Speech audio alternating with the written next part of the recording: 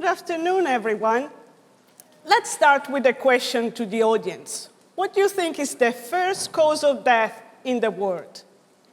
Well, I hope you're not thinking to cancer and that you're reading at the slide, because in fact, it's ischemic heart disease. Ischemic heart disease is normally defined as a heart attack. It's the first cause of death for men and women, and this hasn't changed for the last 25 years, despite reduction of risk factors. I'm not telling you to start smoking, stop exercising, and a healthy diet. In fact, the reason for this high frequency is the aging of the population in the more rich countries. And in the poorer countries, people are moving to the cities, changing lifestyle, and that brings in more cases and more heart attacks. Let's make sure that you know what happens during a heart attack. During a heart attack, there is a sudden loss of the blood flow to an area of the heart muscles. So what happens is you have a big patch, a big injured part, where the cardiac muscle cells die. Now, these days, we're quite lucky because there are a number of therapies to counteract and save our lives. We've got clot-busting drugs. We've got interventional cardiologists that can put in a stent into your blood vessels and restore the blood flow. So now 70% of patients that have a heart attack will survive. However, there are 20–25% of people that will develop heart failure. Now, what is heart failure? Heart failure is a condition when the heart cannot pump any more efficiently the blood. So you get less blood to your brain, to your muscles, you get tired, you can't think well, and so on. The disease is quite serious. It costs a lot of money. It costs over $100 billion per year globally. And what happens is when you get to the later stage of the disease, the only cure is heart transplantation. This is obviously not for everyone. Now, why do we get heart failure? Well, one of the reasons is that we are not this little cute monster. We are not axolotls. So if you cut the limb of this little monster, it will regrow. If you cut his heart, it will regrow. Similar happens in the zebrafish, and somewhat surprisingly, even in the heart of neonatal mice, just in the few days of life, though. What happens in the human heart? Well, the human heart is a bit more lazy, a little bit more boring. Just think to this. When you have a scratch on your hand, how long does it take for the skin to regrow and reheal? Just a matter of days. While in the heart, only less than 1% of the cardiac muscle cells regenerate in a whole year. So the heart is very lazy, as I said. And I mentioned cardiac muscle cells. Look at this beautiful organ. This is a heart. And it's made of many of these functional units that are called cardiac muscle cells or cardiomyocytes. Look how beautiful they are. Every time I look down a microscope, I get so excited, especially when they keep beating like that. It's such a satisfaction. So these cells are the therapeutic target of our study. So what we want to do is try to prevent the cell death of these cells during a heart attack. And on the other hand, we try to regrow. We want to push the heart to actually regenerate and make many more of these cells. So just think about this, though. The heart is not made only of cardiac muscle cells. There are another number of cells, cells of the blood vessels, or the immune system, or the nervous system. And then we discovered a more rare population, which has some kind of cool features. Let me tell you about this. These cells, first of all, we can isolate them from the heart. It means we can take them out of the heart and put them in a dish. Not only, but we can grow a lot of these cells. We can use some fancy robotics, so we can go in every day and feed the cells. We go in the weekend, we treat them like our babies. And what we're able to do is to deposit one single cell in a dish and then grow many of them. This is a special feature. Not all cells can grow from one. These cells means they are clonogenic, and that is why we can call them cardiac stem cells. Now, we have to do a lot of experiments then to understand what these cells really are for. And amongst these experiments, we need to analyze gene expression. Now, who knows what is she talking about? What is gene expression? Well, let's do one step back. I'm sure you've heard about DNA. DNA is a book of instructions that you receive at birth from your mother and your father. So each cell of your body that will develop in utero and then will be your adult body contains the same book of instructions. So how do you get a clever neuron in the brain or a clever cardiac muscle cells that keep beating? It's because these cells make some specialized sets of proteins that allow the cell to become what they have to do.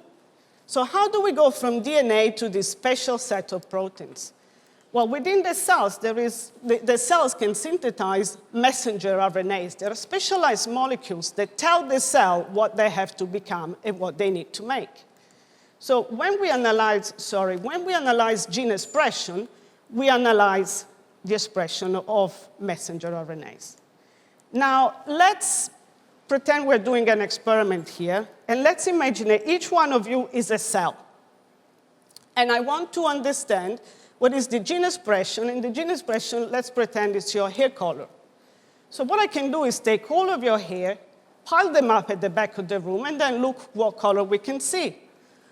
Might see some black, some brown, some more rare blonde. I won't see the pink hair of the fashionista sitting on the second row. And even if I see some blonde hair, I won't be able to know who they belong to. Now we're using new technologies that allow us to look at the gene expression in each single cell. This has been a complete change, and it's going to change biology, the way we understand things. Let me show you how we do an experiment. So we start from a piece of heart. We chop it up, basically. Then it goes into a tube. You got all the loose cells. And then we run them into a special machine. And in the end, we get a graph. You see all these dots here? Each dot is a cell. Then we tell the machine, OK, put one cell in a little well of this plastic dish. And then now we are able, with this technology, to study the expression of about 100 genes in 100 single cells. So in a chip, which is the size of your cell phone, we can run 10,000 experiments. The output is this. This is not grandmom's tablecloth. It's a heat map, it's called, and it's full of data. Each of these squares represent the expression of a gene in a single cell. It's called heat map because when it's red, it means high expression. When it's blue, it means low expression. Each column tells you the set of genes that are expressed in a single cell. Now, by studying these patterns, we are able to kind of predict and start to hypothesize what a certain cell type could do. So we started to think that the cells we isolated that grow from one cell, maybe they can become cardiomyocytes. So this is an image of the cardiac stem cells in a dish. We took some non-dangerous viruses to make the cells orange and be able to track them when we zap them into the heart. Then we looked 3 months later, and what happens? Look how these beautiful cardiac muscle cells we have generated. So the cardiac stem cells have become cardiac muscle cells. It was a great result.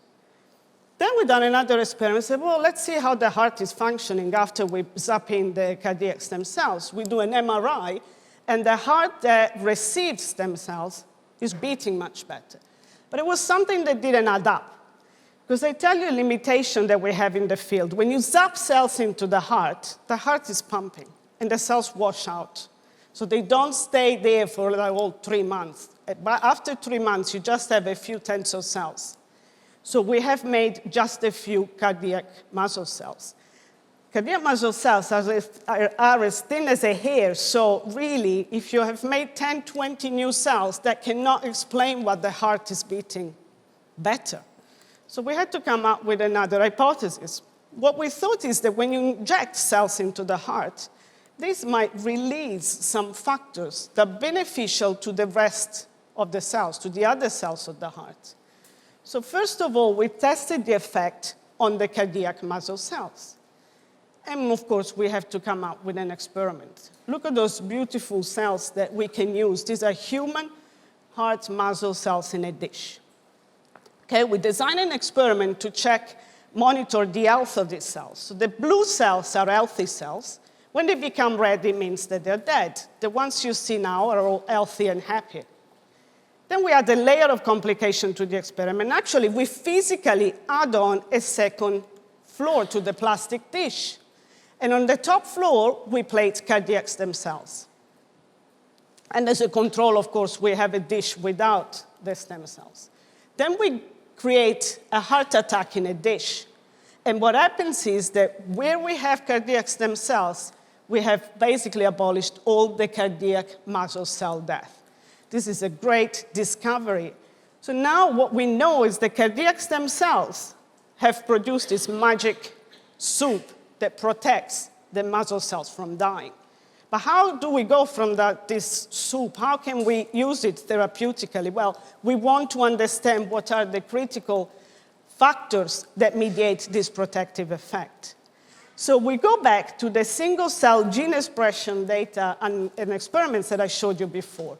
Now, this is not a mistake. That is so small. It's the grandmom's tablecloth that I showed before. And it's so small because now we're using cutting-edge technologies to look at thousands of gene expression in thousands of cells. So now we've got a new tablecloth for grandmom with a much higher resolution, and we have a mountain of data.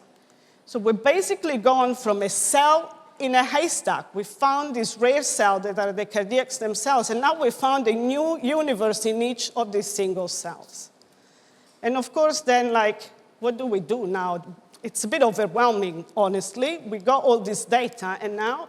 Well, now we need to work very closely between bioinformaticians, computational biologists that will use machine learning, will use data mining, and then we need to go back to the bench. So we'll have to go back and forward a few times until we have identified the critical novel factors towards building a new heart. Thank you.